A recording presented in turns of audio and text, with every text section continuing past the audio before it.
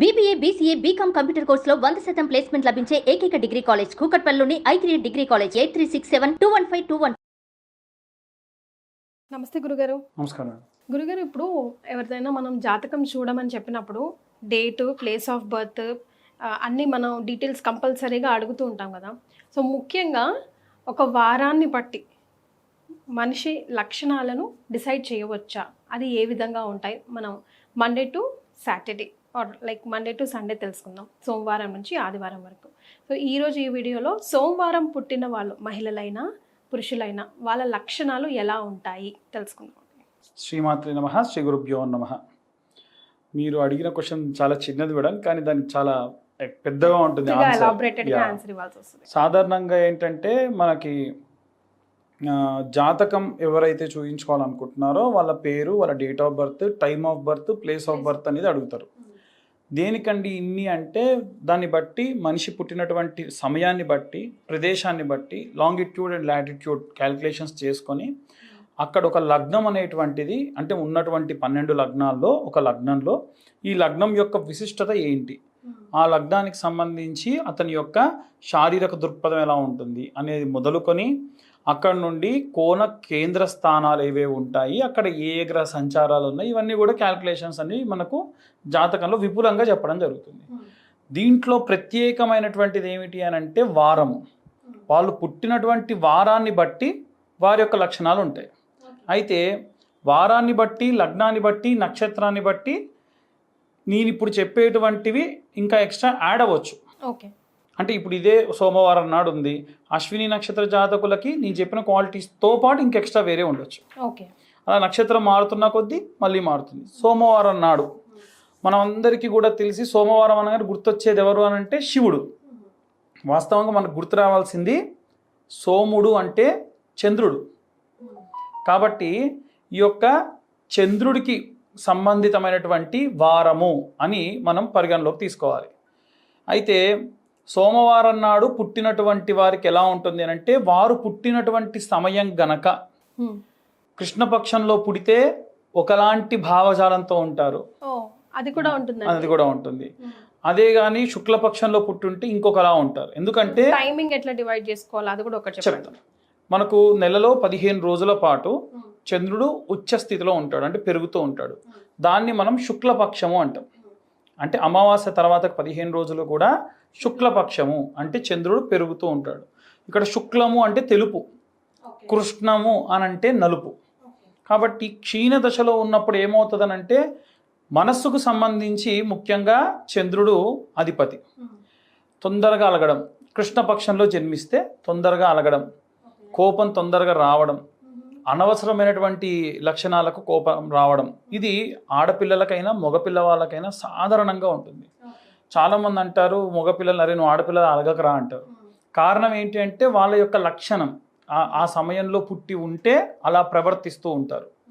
అయితే సోముడు మనస్సు కారకుడు, చంద్రుడు మనస్సు కారకుడు. మనకు బ్రహ్మహత్యా పాతకాన్ని కొంతమందికి ఇచ్చారు, చంద్రుడికి, నీటికి, పాలకి, ఆడవాళ్ళకి. అంటే ఏంటండి? ఇంద్రుడు బ్రహ్మహత్యా పాతకం చేయాల్సి వచ్చింది. అంటే బ్రాహ్మణుడిని సంహరించాల్సినటువంటి దోషము ఆపాదింపబడింది ఒకసారి.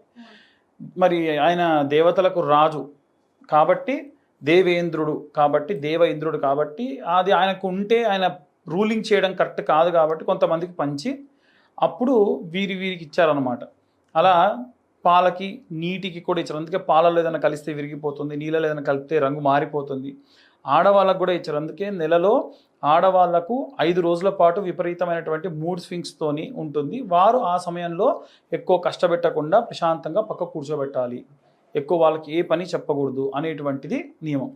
అలాగే ఉన్నటువంటి గోవుకి కూడా వచ్చింది. అందుకే గో ముఖానికి మనం పూజనీయం కాదు, గో వెనకాల వృష్ఠ భాగంలో మాత్రమే పూజ చేస్తాం. అయితే ఎవరైతే ఈ సోమవారం నాడు జన్మించి ఉన్నారో వారి సాధారణమైన లక్షణాలు ఏంటి అంటే ఇలాగే ఉంటాయన్నమాట. అంటే అయితే తొందరగా కోపడతారు, లేదా ఒకవేళ వాళ్ళు గనక కృష్ణపక్షంలో కాకుండా శుక్లపక్షంలో పుడితే పోనీ వాడి పాపన వాడిపోతాడు, క్షమించే గుణం ఉంటుంది, వదిలేద్దాం, ఏముంది ఇప్పుడు కాకపోతే ఇంకోసారి చూద్దాం, ముందు పని ముఖ్యము. ఇలాంటి లక్షణాలు, భావకత అధికంగా ఉంటుంది. అయితే శుక్లపక్షంలో ఉన్న వాళ్ళకి ఇంకా ప్రత్యేకమైనవి ఏముంటాయనంటే మెడికల్ సంబంధించినటువంటి వాటికి ఎక్కువ అట్రాక్ట్ అవుతారు. మెడిసిన్ చదవడం కానీ, లేకుంటే ఆయుర్వేదం కానీ, ప్రకృతి సిద్ధంగా దొరికేటువంటివి కానీ, వెన్నెల సంబంధించినవి కానీ, ముత్యాలు కానీ, ఈ సోమవారం జన్మించిన వాళ్ళందరూ వీటికి అట్రాక్ట్ అవుతారు. ఆల్మోస్ట్ యా, కృష్ణపక్షంలో పుట్టినటువంటి వాళ్ళు మత్తుకు సంబంధించి ఎక్కువ అట్రాక్ట్ అవుతారు. అంటే ఎనస్థీషియన్స్ కానీ, నిద్రమాత్రలు కానీ, మందు కానీ ఇలా. సో మందు అనేటువంటిది మనం పాజిటివ్గా చూసేది ఓ పక్క ఉంటే, నెగిటివ్గా చూసేది ఓ పక్క ఉంటుంది. మన శరీరం బాగుండాలని తీసుకునేటువంటిది ఔషధము, అది పాడైపోయేటట్టుగా చూసేటువంటిది మందు, అది ఇంకో రకంగా వస్తుంది. కాబట్టి ఈ 2 రకాలుగా కూడా ఉంటుంది. అంటే ఖచ్చితంగా ఇలాగే ఉంటుందా అంటే మళ్ళీ వాళ్ళ యొక్క నక్షత్రాన్ని బట్టి, వాళ్ళ యొక్క లగ్నాన్ని బట్టి, వాళ్ళకి అప్పుడు ఉన్నటువంటి గ్రహస్థితిని బట్టి చాలా ఫిల్టర్స్ ఉంటాయి. ఇది జాతకం అనేది పెద్ద సముద్రం అన్నమాట. కాబట్టి వారాన్ని బట్టి చూసుకుంటే ఇలా ఉంటుంది. వీరు ఎంత సాత్వికంగా ఉంటారో అంత రౌద్రంగా ఉంటారు. ఎందుకంటే మనం శివుడు చూడండి, చల్లగా తలపైన చంద్రుడు, గంగమ్మ ఇవన్నీ ఉన్నాయి. వాళ్ళు ఉన్నా కానీ ఆయన రుద్రుడిగా మారినటువంటి సందర్భాలు కూడా ఉన్నాయి. కాబట్టి వీరు శివనామ స్మరణ ఎంత చేస్తే అంత మంచిది. ముత్యాల దండ మగపిల్లలు కానీ ఆడపిల్లలు కానీ మెడలో ముత్యం ధరించడం మంచిది. వెండిలో అయినా పంచలోహాల్లో అయినా ఎలా అయినా సరే.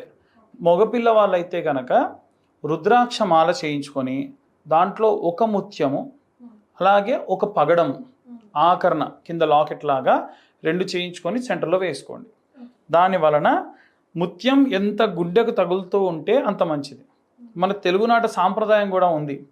ఏమిటంటే ఆడవాళ్ళ యొక్క మంగళసూత్రం లోపల ఈ యొక్క ముత్యం పగడం వేస్తారు. మనస్సు కారకుడు కాబట్టి మనస్సు కోరుకునేది ఏమిటండి, ఒకటే ఒక విషయం, అయితే ఆనందించాలి లేకుంటే బాధపడాలి. అది ఏడుస్తూ ఆనందించడం, ఆనందిస్తూ ఏడడం లాంటివి ఉండవు. కాబట్టి ముఖ్యంగా ఆడవాళ్ళ మనస్సుకు అధిపతి చంద్రుడు.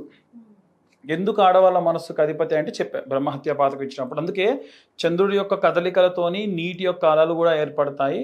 ఆడవాళ్ళకు కూడా మూడ్ స్వింగ్స్, వారి యొక్క మెన్సెస్ టైం కంటే ముందు తర్వాతకి మూడ్ స్వింగ్స్ విపరీతంగా ఉంటాయి.